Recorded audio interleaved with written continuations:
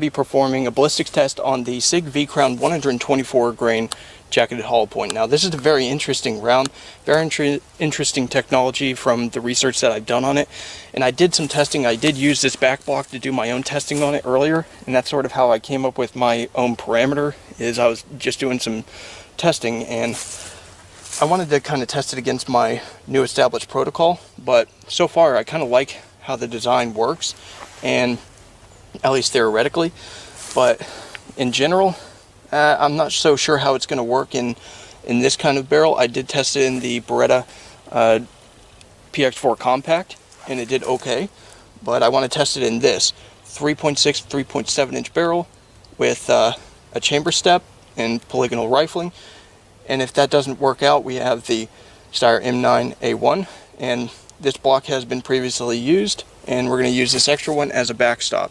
So we'll use up the last bit of space on this one to test this out in the P2000, and hopefully we won't need the little extra amount of space to test it with the M9. So let's go ahead and load it up. We're going to do the winter load, which is just going to be a t-shirt, and it's just going to be basically like this, simulating 2 layers, maybe a t-shirt and a hoodie, and then our Carhartt knockoff.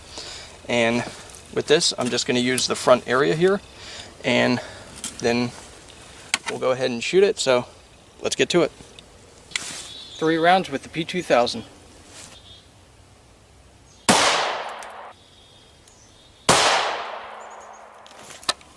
Okay, so we had something interesting happen here. So we've got 1 round here. This round does not look like it expanded too much. I can't really tell from here, but it doesn't look like it expanded too much. But if you look here, we have a couple rounds there against the magazine here. They did not have much force behind them, probably because the magazine is so thick, but as you can see, they did expand. This one did, and this one is hanging out of the gel.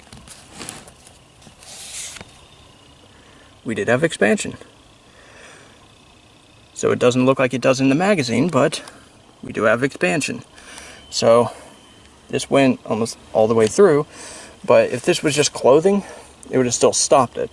And it didn't really have much velocity at the end here, but as you can see, this is the wind path from the last round. I had to flip over the block because I didn't have much room left. So, yeah. So we'll go ahead and get this round out of here and take a look at it, and we'll do the conclusion on the table. Okay, that is the SIG V-Crown 124 grain 9mm, the P2000 rounds right here. All of them expanded. They didn't expand very much, but they made it to the end of the block and didn't have much force left. I am okay with that. Unlike the Golden Saber Bonded, where it basically just went all the way through. This round right here, I shot out the M9 just for, gigs, if you will, and you can see it clogged. It hit the worst part that it could have hit, and it still expanded. And basically what happened is it went out of the back of the block, and it bounced off the little brochure magazine or whatever, and I watched it just fall right on the ground. So it did have a good amount of energy left in it, but really not that bad. That was basically a worst case scenario. It was a really bad area to hit right on the stitching, but it still expanded.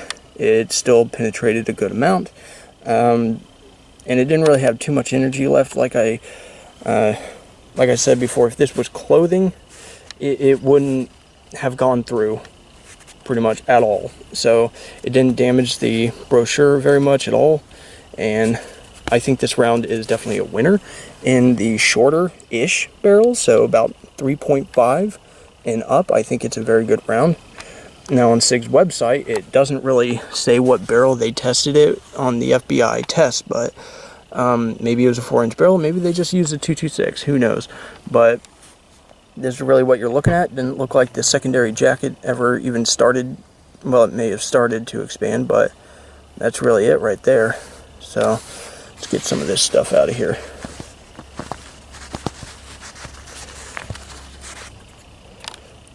Yeah, it started to expand, even with the P2000. And that's pretty cool. I like that technology. So basically it'll keep trying and keep trying.